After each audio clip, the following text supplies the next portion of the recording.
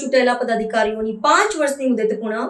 પાલિકા સંકુલમાં વિશેષ વિદાય સમારંભ અને સહભોજન યોજાયું. વડોદરા મહાનગરપાલિકાના ચૂંટાયેલા પદાધિકારીઓના 5 વર્ષના કાર્યકાળનો આજે વિધિવત રીતે અંત આવ્યો છે. આ સમયગાળાની પૂર્ણાહુતિ નિમિત્તે પાલિકાના મુખ્ય પ્રાંગણમાં એક વિશેષ વિદાય સમારંભ અને સહભોજનનું આયોજન કરવામાં આવ્યું હતું. લોકશાહી ઢબે ચૂંટાયેલી પાંખની આ મુદત પૂર્ણ થતાં વહીવટી પ્રક્રિયાના ભાગરૂપે ઔપચારિક વિદાયમાન આપવામાં આવ્યું હતું, જેમાં સમગ્ર પાલિકા તંત્રના સભ્યો ઉત્સાહભેર જોડાયા હતા. આ કાર્યક્રમમાં સત્તાધીશો અને ઉચ્ચ વહીવટી અધિકારીઓની સાથે શહેરને સ્વચ્છ રાખવા માટે અહર્નિશ પરિશ્રમ કરતા સફાઈ કામદારોએ પણ એક જ પંગતમાં બેસીને ભોજન ગ્રહણ કર્યું હતું. વિદાય લઈ રહેલા પદાધિકારીઓએ અનોખા સહભોજન થકી સમાજમાં સમાનતા અને સામાજિક સમરસતાનો સકારાત્મક સંદેશો પાઠવવાનો સરાહનીય પ્રયાસ કર્યો હતો. રાત દિવસ જોયા વિના નગરની સ્વચ્છતા જાળવતા સ્વચ્છતાના દૂતોના અમૂલ્ય યોગદાનને આ પ્રસંગે વિશેષ રૂપે બિરદાવવામાં આવ્યું હતું. આ લાગણીશીલ અવસરે પોતાના પ્રતિભાવો વ્યક્ત કરતા પાલિકાના અગ્રણીઓએ જણાવ્યું હતું કે છેલ્લા 5 વર્ષના શાસનકાળ દરમિયાન શહેરના સર્વાંગી વિકાસ માટે અનેકવિધ મહત્વપૂર્ણ પ્રકલ્પો સાકાર કરવામાં આવ્યા છે. નગરજનોની સેવા કરવાની મળેલી આ તક માટે તેઓએ ગર્વ અને કૃતજ્ઞતાની લાગણી વ્યક્ત કરી હતી. વધુમાં સત્તાને સ્થાને ન હોવા છતાં ભવિષ્યમાં પણ તેઓ વડોદરા શહેરના ઉત્કૃષ્ટ અને જનસેવાના કાર્યો માટે સદૈવ તત્પર રહેશે. વડોદરા મહાનગરપાલિકાની આ ટર્મ જે આજરોજ પૂર્ણ થવાની છે, આવતીકાલે એટલે કે 10મી માર્ચના રોજ પૂર્ણ થાય છે, ત્યારે વડોદરા મહાનગરપાલિકાની પ્રણાલિકા મુજબ આજ રોજ સતત 5 વર્ષ સુધી પોતપોતાનું વિસ્તારનું પ્રતિનિધિત્વ કરતા મારા સૌ સાથી સભાસદશ્રીઓ પ્રત્યેક મહિને મળતી સભામાં વડોદરાના વિકાસને ગતિ આપવાની હોય, શહેરના નાગરિકોના પ્રશ્નો હોય એના ઉકેલ લાવવાના હોય, સમસ્યાઓના નિવારણ હોય, તો સાથે સાથે કેટલાક ઐતિહાસિક કામ પણ થયા છે. જેમ કે વિશ્વામિત્રી વર્ષોથી વડોદરા શહેરની મધ્યમાંથી સર્પાકારે વહેતી આ નદી, અને આ નદીમાં અત્યારે ગ્લોબલ વોર્મિંગની અસરોમાં સમગ્ર વિશ્વ જ્યારે એની અસરોની સામેના પડકારો ઝીલી રહ્યું છે, અને ઋતુની બદલાયેલી પેટર્ન અને તેના કારણે એક જ દિવસમાં અનેક ગણો વરસાદ વરસી જવાથી આ વિશ્વામિત્રી નદીના જેટલા પણ કાંઠાના વિસ્તાર છે, આ વિસ્તારમાં જ્યારે પાણી ઘરોમાં ભરાઈ જતા હોય છે, ત્યારે એ માટેનું એક ઐતિહાસિક કામ આ બોર્ડ કરી શક્યું છે. તો સાથે સાથે સફાઈ સેવકો જે સમગ્ર શહેરને સ્વચ્છતાના માર્ગે સ્વાસ્થ્ય સમૃદ્ધિનો વૈભવ અર્પણ કરાવતા હોય છે, ત્યારે આ સફાઈ સેવકોની વર્ષોથી આપણે જે 1200 જેટલી મહેકમ ઊભી કરવાની અમારા ધ્યાનમાં વિષય આવ્યો. 1200 જેટલા મહેકમ ઊભા કર્યા. આપણે સૌ જાણીએ છીએ તેમ 720 દિવસ એ લોકો માનવ દિન પર કામ કરે ત્યારે તેમનો સમાવેશ રોજમદારીમાં થાય છે, અને રોજમદારીના 720 દિવસ પૂર્ણ થાય ત્યારે આપણે એમને કોર્પોરેશનમાં જગ્યા હોય એ મુજબ કાયમી કરી શકીએ છીએ. આ રીતે એક સાથે 1200 જેટલા મહેકમ સફાઈ સેવકો માટે ઊભા કરવા તે પણ એક ઐતિહાસિક કામ રહ્યું છે.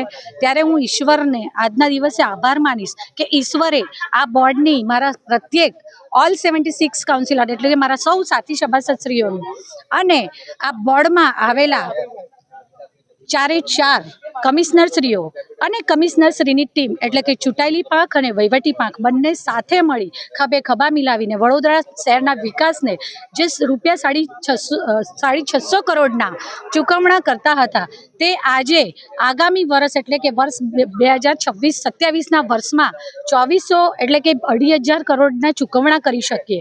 આ વસ્તુ જ બતાવે છે કે વડોદરાના વિકાસને ખરા અર્થમાં અમે ગતિ આપી શક્યા છીએ. ત્યારે હું ઈશ્વરનો આભાર માનું છું કે એમણે આ સારા કામો માટે અમારા બોર્ડના અને મારા બધા જ સાથી સભાસદશ્રીઓની પસંદગી કરી છે. આભાર. 10 માર્ચ 2021 ચાલુ થયેલું બોર્ડ 10 માર્ચ 2026માં પૂર્ણ થાય. 5 વર્ષ દરમિયાન ખૂબ વિકાસના કામો થયા છે. ખાસ કરીને વાત કરું કે ઉડીને આંખે વળગે એવા કામોમાં જે પૂર નિવારણાત્મક પગલામાં વિશ્વામિત્રી નદી 100 દિવસની અંદર વાઇડનિંગ, રિસેક્શનિંગ, જંગલ કટિંગનું કામ કરી એની કેપેસિટી 700 ક્યુમેકથી વધારી અને 1140 ક્યુમેક કરી છે. એટલે કહી શકાય કે વિશ્વામિત્રી નદીની વહન ક્ષમતામાં 40 થી 50% જેટલો વધારો થયો છે. સાથે સાથે આજવા સરોવર, પ્રતાપપુરા સરોવરનું ડ્રેજિંગ કરી અને એમની બેફર કેપેસિટીમાં વધારો કરવામાં આવ્યો છે.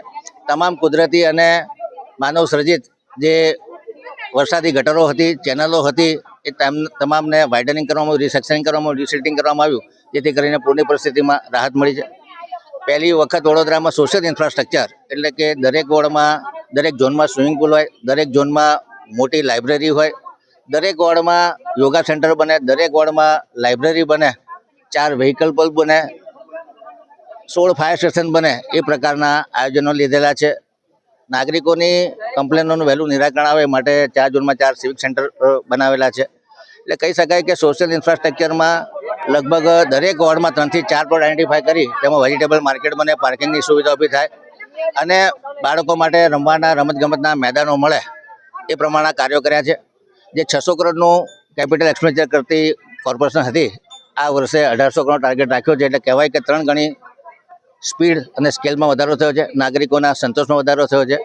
આ 5 વર્ષનું બોર્ડ વધુ રિસ્પોન્સિવ બન્યું છે, વધુ એકાઉન્ટેબલ બન્યું છે, વધુ રિસ્પોન્સિબલ બન્યું છે. સ્પીડ, સ્કેલ અને સેટિસ્ફેક્શન પર આધાર રાખ્યો છે. નાગરિકોને જે સરકારી યોજનાઓનું 100% આવરણ થાય, એટલે કે 100% સેચ્યુરેશન થાય એ દિશામાં કોર્પોરેશન કામ કરી રહ્યું છે. ઇન્ક્લુઝિવ ગ્રોથ વધે એટલે ગરીબો માટે પોતાનું ઘર મળી રહે એ માટે આવનારા 2 વર્ષમાં 10,000 જેટલા મકાનો બનાવવાનો ટાર્ગેટ છે. PM સ્વનિધિના જે લાભાર્થીઓ છે એમને સમયસર લોનો મળે, ક્રેડિટ કાર્ડની સુવિધા મળે એ દિશામાં કોર્પોરેશન કામ કરી રહ્યું છે. 5 વર્ષ દરમિયાન નાગરિકોનો સારો સાથ સહકાર રહ્યો છે, મીડિયાના મિત્રોનો સારો સાથ સહકાર રહ્યો છે, સિવિલ સોસાયટીના મેમ્બર્સનો સારો સાથ સહકાર રહ્યો છે. તમામ સભાસદ સ્ત્રીઓ પોતાના એરિયામાં ફરી અને જે જરૂરિયાત છે એનું સૂચન કર્યું છે. તમામ અધિકારીઓએ એક્ઝિક્યુશનમાં ખૂબ સારો સાથ સહકાર આપ્યો છે. આજના દિવસે તમામ કાઉન્સિલર શ્રીઓને એમનું આવનારું ભવિષ્ય ઉજ્જવળ રહે, એમની સુખ શાંતિ સમૃદ્ધિમાં વધારો થાય, યશ કીર્તિમાં વધારો થાય અને લોકસેવાના કામમાં એ લોકો અગ્રીમ રહે એવી શુભેચ્છા આપું છું. તમામ અધિકારીઓએ જે પ્રોજેક્ટો મંજૂર થયા છે એના એક્ઝિક્યુશનમાં સારી ક્વોલિટીથી કામ પૂર્ણ થાય, સમયસર પૂર્ણ થાય એ માટે જે સહકાર આપ્યો છે એ બદલ એમનો પણ આભાર વ્યક્ત કરું છું. ખાસ કરીને જે અમારું પદાધિકારીઓનો બોર્ડ છે એમાં માનનીય મેયર શ્રીમતી પિંકીબેન સોની, ડેપ્યુટી મેયર શ્રી ચિરાગભાઈ બારોટ, નેતા મનોજભાઈ પટેલ, શૈલેષ પાટીલ, આ તમામનો સાથ સહકાર મળ્યો છે.